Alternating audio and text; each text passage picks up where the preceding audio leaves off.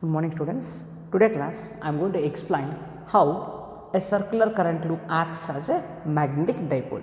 So in the previous class we learned that we have calculated magnetic field with a circular current loop along its axial line. So here current loop, how it behaves as magnetic dipole. So what is the function of a magnetic dipole? It has to produce magnetic field and has two poles, north pole and south pole. Let us take a circular loop in which the current is flowing in anti-clockwise direction. So if you see from one end, what happens? Here we calculated it produces a magnetic field along its axial line. So these are the representation of magnetic lines of force.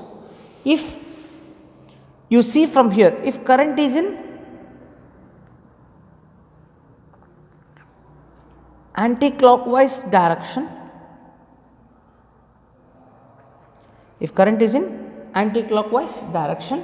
it appears as north pole. Is it right? Because we already learned Fleming's right hand thumb rule that if you hold the current carrying conductor, so if the thumb points the direction of current, then the rotations of our fingers, the curl of our fingers gives direction of magnetic field. Same way, if this is that what the current is flowing in circular coil, that is anti-clockwise direction, then the thumb points the direction of magnetic field. So the thumb is pointing towards what? North. If the same current is flowing in clockwise direction, the thumb points towards south. So if current is in clockwise direction, it acts as north pole. See, if it is take a circular loop, if current is flowing in anti-clockwise direction, it acts as north pole. If clockwise current is flowing, then it acts as south pole. So here, if current is in clockwise direction, then it acts as what south pole. So this is the way we can say that a current loop acts as a magnetic dipole. When here we can say that magnetic field is produced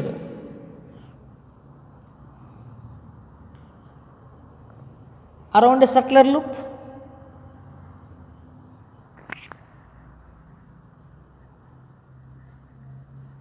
When current passes through it.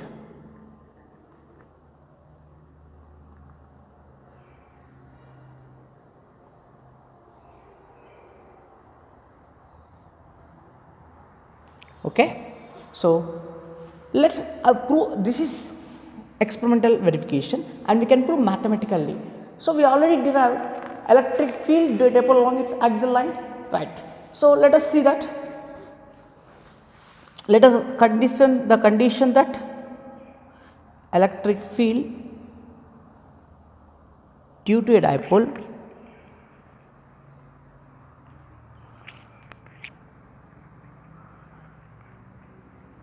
along its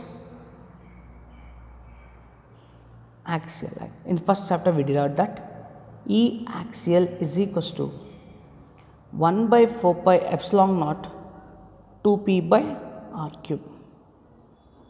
So here what is P? Electric dipole moment. Is it right? R is what distance along axial line from center. Okay, so this is considered as equation number 1. Now in the previous class we derived that magnetic field is a circular loop along its axial line. What is that here? Magnetic field due to a circular loop along its axial line. What is that? B axial is equals to mu naught by 4 pi 2 pi n I r square by r square plus x square whole power 3 by 2. Okay. Now what I am going to do is consider the condition that the radius is very less compared to the axial distance. Then what happens if x is greater than r, we can neglect r. So b is equals to mu naught by 4 pi 2 pi n I r square by r square is neglected, so x square whole power 3 by 2 to cancel. So here I am writing pi r square, area of circular loop is equals to pi r square. So instead of pi r square, can we write area of loop? Yes. So b is equals to mu naught by 4 pi 2 n I pi r square can be written as a by x cube. We got this one. Now substitute n I a is equals to m. What is m is called? Later we can discuss. First we substitute just m is equals to n by a. What do you get here? B is equals to mu naught by 4 pi 2 m by x cube. This is equation number 2. What about first equation? E axial is equals to 1 by 4 pi epsilon naught 2 p by r cube. Right? So here if you comparing 1 and 2, what you can write? E is replaced by B. Yes. P is replaced by m, whereas epsilon naught is replaced by 1 by mu naught, or 1 by epsilon naught is replaced by mu naught. However, you can take both are same. So here electric field is replaced by magnetic field. Here this is called what? Electric dipole moment is replaced by a factor called m, is called magnetic dipole moment. M is called what? Magnetic dipole moment. 1 by epsilon naught, this is permittivity, this is called permeability, right? So we can say that from this an electric field, see here a circular loop acts as a magnetic dipole because it is very similar to electric field produced along its axial line. So we can say that hence current carrying loop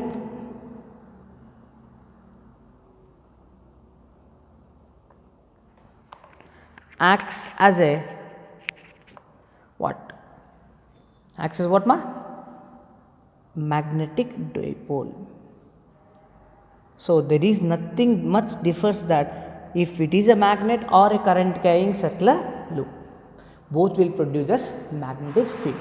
So that a current carrying loop acts as a magnetic dipole. Here we come to know that one new term called what? Capital M. In capital M, what we placed here? NIA. Okay. So let us discuss about that magnetic dipole moment or magnetic moment.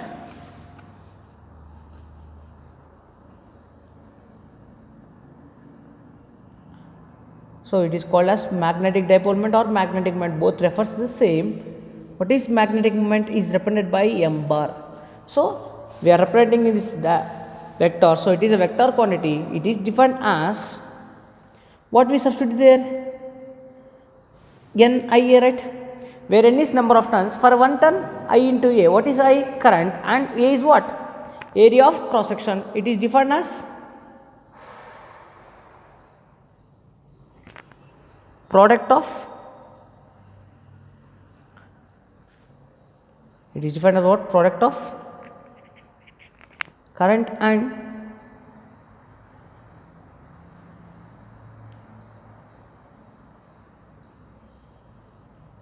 area of cross section.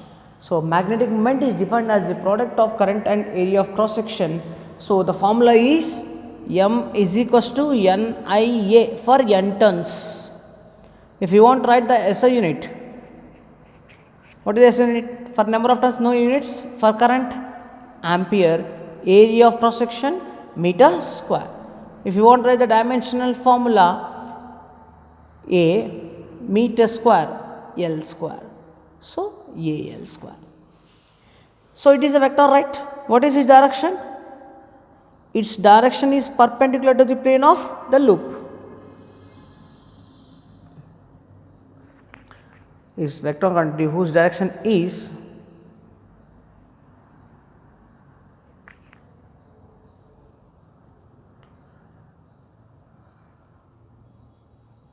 perpendicular to plane of loop.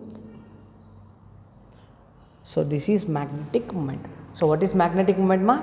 It is defined as the product of current and area of cross section. The same thing we are writing the formula as M is equals to N into I for N turns. As we know that current is measured in amperes and area is measured in meter square. So the SI unit is ampere meter square and dimension formula is AL square. So what is the direction? Perpendicular to the plane of the loop or normal to the plane of the loop. Now by using this magnetic moment, we are going to derive one derivation that is very important for 5 marks. Magnetic moment of revolving electron in first orbit of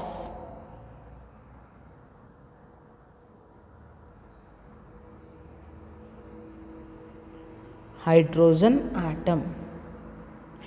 Magnetic moment of revolving electron in first orbit of hydrogen atom.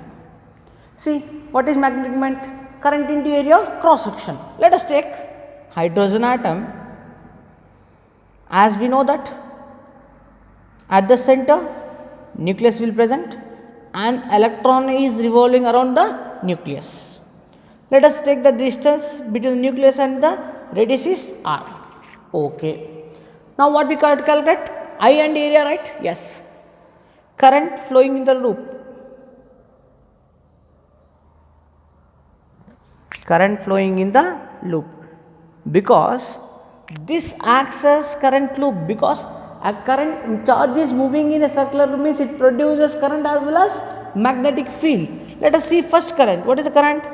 I is equals to rate of flow of charge. What is the charge moving here?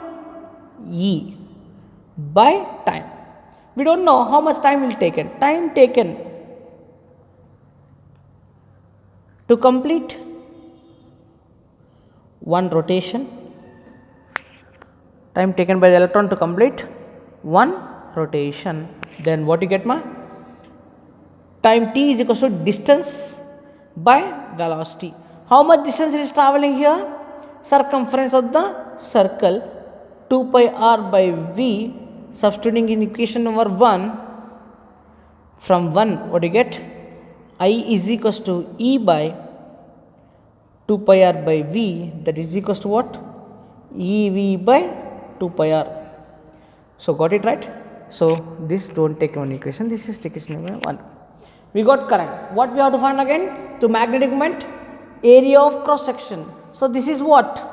It revolves in circular loop. So area of the loop.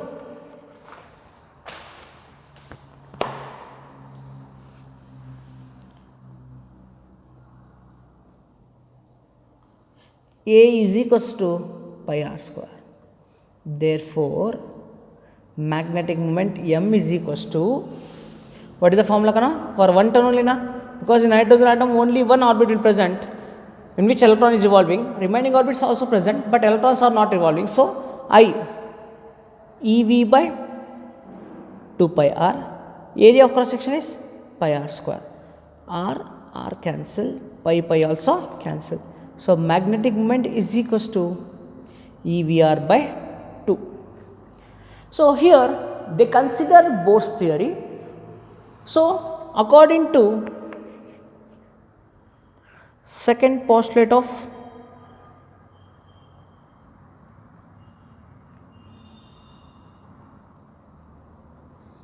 Bohrs theory. So we have three postulates of Bohrs theory. First one is electron revolve around the nucleus in circular orbits called stationary orbits in which there is no emission of radiation. Second one is what? The angular momentum of revolving electron is equal to integral multiples of h by 2 pi. So here angular momentum mvr is equals to nh by 2 pi. Here because first orbit n is considered as 1. So mvr is equals to h by 2 pi. That implies r is equals to h by 2 pi mv. Substitute this r in equation. Substitute r value in equation 2. We can get m is equals to ev by 2 into h by 2 pi mv. vv cancel. What do you get? h by 4 pi m. This is the magnetic momentum of revolving electron first orbit. Here E is charge of electron, h is Planck's constant, m is mass of electron. All are constants. So this magnetic momentum of what? Revolving in first orbit of hydrogen atom is called Bohr's magneton. So here we get one definition that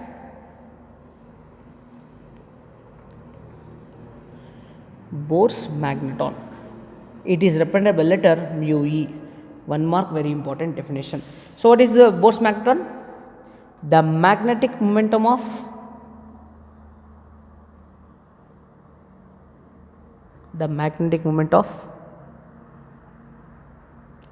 revolving electron where in first orbit of hydrogen atom is called Bohr's magneton.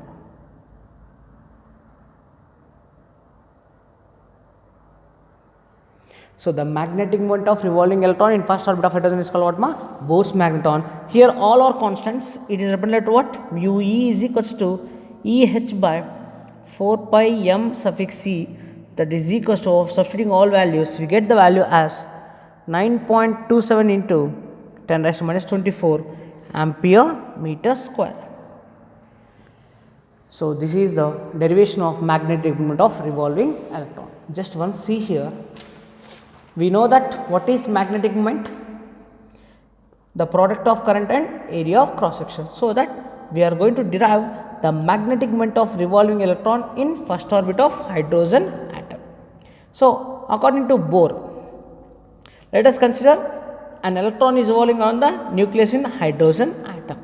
So nucleus present at the center and electron is revolving at a distance of r. So that a charge is moving in circular orbit, means it acts as a circular current loop. So it is going to produce what? Magnetic field. Now first, how much current is flowing? Because we have to calculate what? Current into area of cross section. What is the current flowing in the loop? I is equals to rate of flow of charge, that is equals to what? E by t. Time taken to complete one rotation, t is equals to what? D by v, that is equals to distance traveled is what? Circumference of the circle 2 pi r by v. Substituting I is equals to E by 2 pi r by v, that equals to what? EV by 2 pi r. Now we have to calculate area. What is the area of the loop? Area of the loop is equals to what? Pi r square. So magnetic moment M is equals to I into A. I is EV by 2 pi r into pi r square, that is equals to what? EVR by 2. According to second postulates of, we are considering the Bohr's theory. The second postulate of Bohr's theory is what? The angular momentum of revolving electron is equal to integral multiples of h by 2 pi. So we have considered that one. From that mvr is equals to h by 2 pi. First orbit of hydrogen atom n equals to 1, mvr equals to h by 2 pi, r equals to h by 2 pi mv. Substitute the same value in equation 2, we got EH by 4 pi m. This is called magnetic moment of revolving electron. So E is charge of electron, h is Planck's constant, m is mass of electron. Now this magnetic moment of revolving electron in first orbit of hydrogen atom is called Bohr's magneton. what you can say that Bohrs magneton. So that Bohrs magneton has fixed value, that is mu E is equals to EH by 4 pi ME. Substituting the values, we got 9.27 into 10 raised to minus 24 ampere meter square. So this is called what? Bohrs magneton. So some in our textbooks they represent mu B, you can consider mu B only, no problem. You can easily identify that Bohr magneton. Now there is one more definition from this one, that is called gyromagnetic ratio of electron. What it is, let us see that. You just remember this formula. What is that? M is equals to EVR by 2.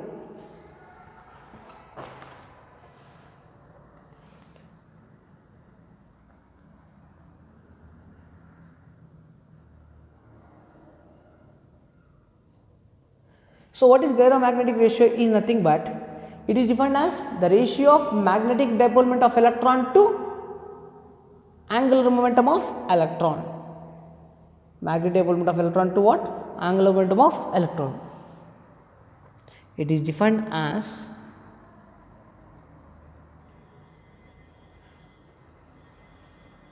ratio of magnetic dipole moment of electron to angular momentum of electron. Okay. So now we can define this gyromagnetic ratio as M by L. This is what? Magnetic dipole moment of electron. L is called what? This is magnetic dipole moment. This is angular moment. So we have got one equation, M is equals to EVR by 2, right? Divide and multiply with mass on both sides. M and M cancel, same get. So from this what you get? M is equals to E by 2M into MVR. E by 2M into MVR. What is MVR, ma? Angular momentum of electron or anything, angular momentum. So that implies M is equals to E by 2M into L, or M by L is equals to E by 2M, or if it is any charge, Q by 2M. So this is called what? Gyromagnetic ratio. So what is gyromagnetic ratio? It is defined as the ratio of magnetic dipole moment to angular momentum of electron. That what you got? Q by 2M. Understood? So this is about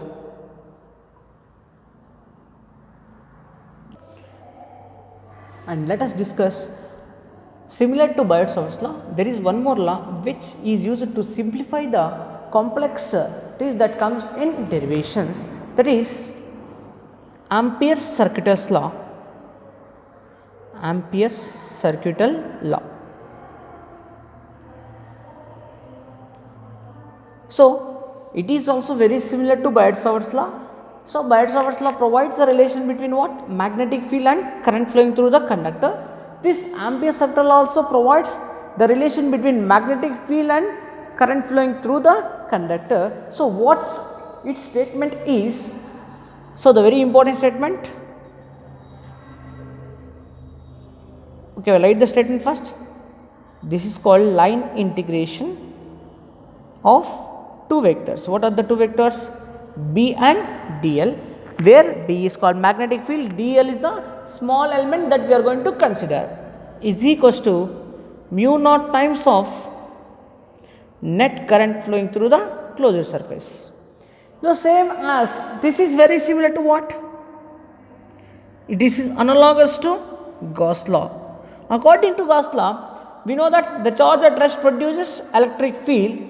So the total electric flux over a closed surface means line integration of E bar dot ds is equals to Q net by epsilon naught. Because charge is responsible for electric field, he considered net charge and epsilon naught is the permittivity which relates to electric field.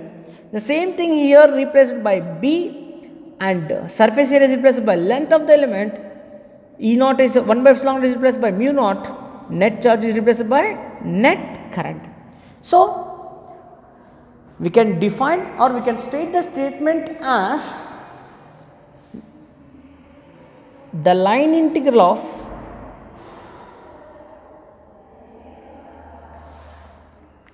magnetic field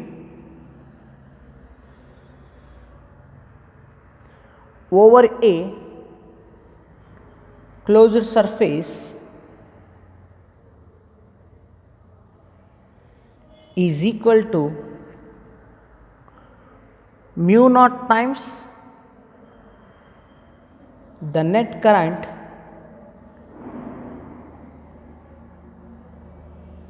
flowing through the closed surface.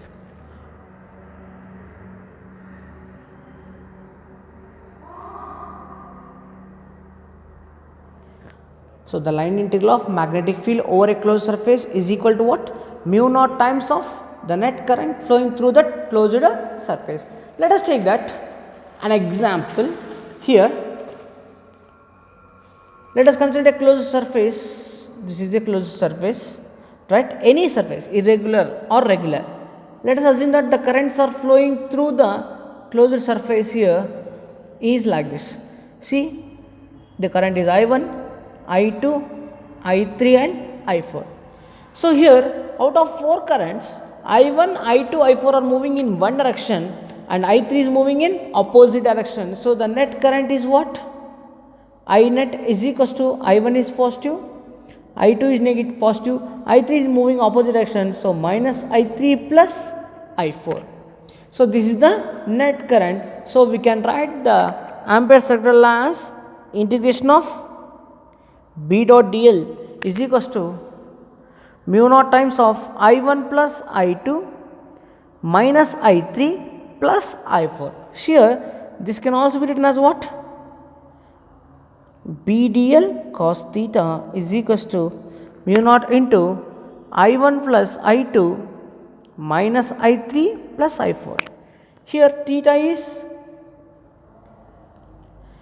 angle between magnetic field and the small element, that current element what we are going to consider. So this is the way to calculate the magnetic field through any closed surface by calculating the net current flowing through that closed surface. So what is ampere circular law? See, from this one we can define, this is called line integral.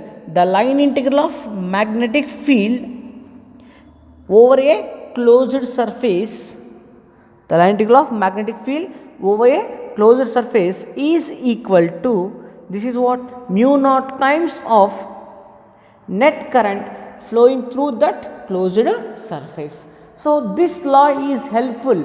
This law can be applicable for any closed surface, not only for current elements. For any closed surface we can consider. So this law is not applicable for non-continuous surfaces. Okay. So by using this law we can easily calculate the magnetic field to any surface. So it can reduce the complexity as compared to the Bohrs law. Both explains or both gives how much magnetic field produced by different surfaces, and they give the relation between magnetic field and current only. Okay. So this is about what ampere circular law. Let us discuss in the next class how this circular law is useful to derive the magnetic field of different surfaces. Is it clear? So go through the class. Any doubts you can ask me.